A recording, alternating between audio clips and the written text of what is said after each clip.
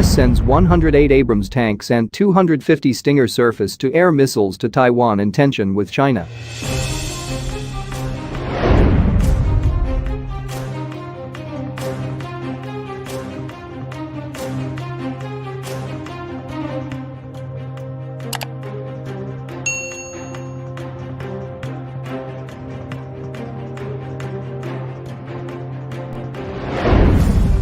The US has approved a potential multi-billion-dollar arms sale to Taiwan, the latest signal that the Trump administration is fed up with China's aggressive foreign policy.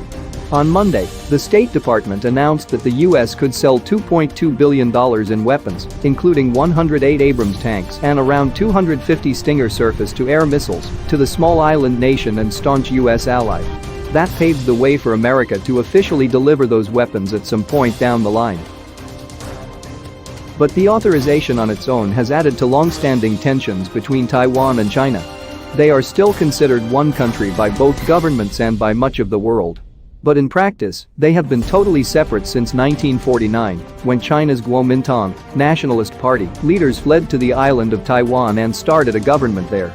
Since then, relations between China and Taiwan have been very poor, with periods of low-level conflict and even moments when it looked like there would be a full-blown war.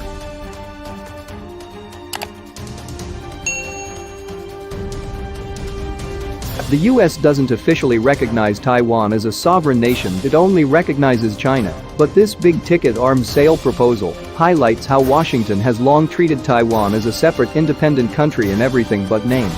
Which means the decision could increase the China-Taiwan animosity.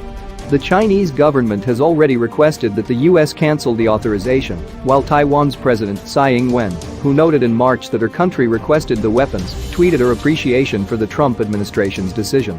The timing also doesn't help. The US and China are locked in tense trade negotiations to end a year-long tariff war, and both nations have ramped up patrols in Asian waters, increasing the risk of a maritime confrontation. If there was ever a moment to keep relations calm, some experts say it's now. Others are less concerned, though. It's important for the US government to sustain its unofficial relationship with Taiwan, regardless of the ebbs and flows of relations with Beijing. Abraham Denmark, a former top Pentagon official focusing on Asia, told me, "We should be able to manage trade tensions or other issues with China, while also working with Taiwan."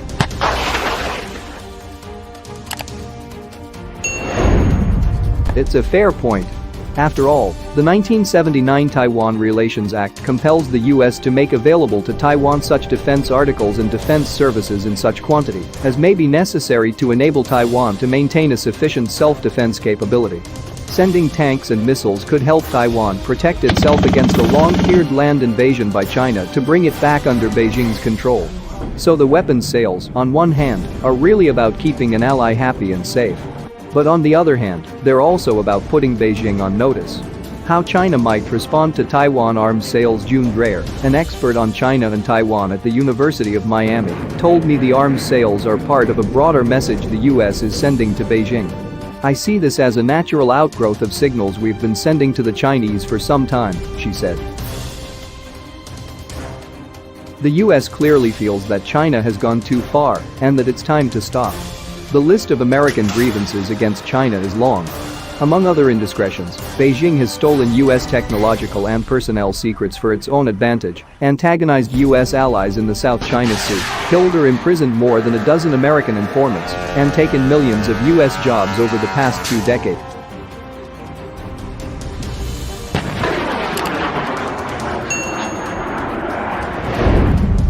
On top of that, Chinese President Xi Jinping has pushed to give Beijing much more control over the citizenry, including crackdowns on democracy in Hong Kong and forcing more than 1 million Uyghur Muslims into re-education camps.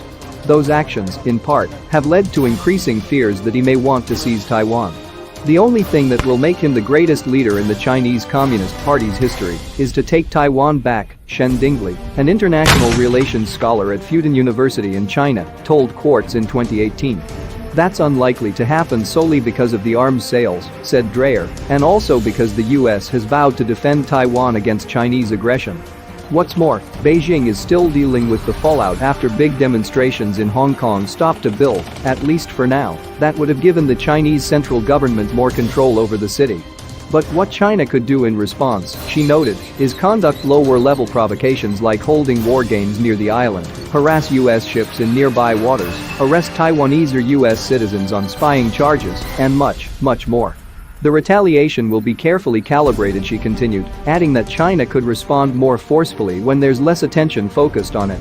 Which means US-China problems may be relatively subdued now, but they could become a whole lot worse in the months to come.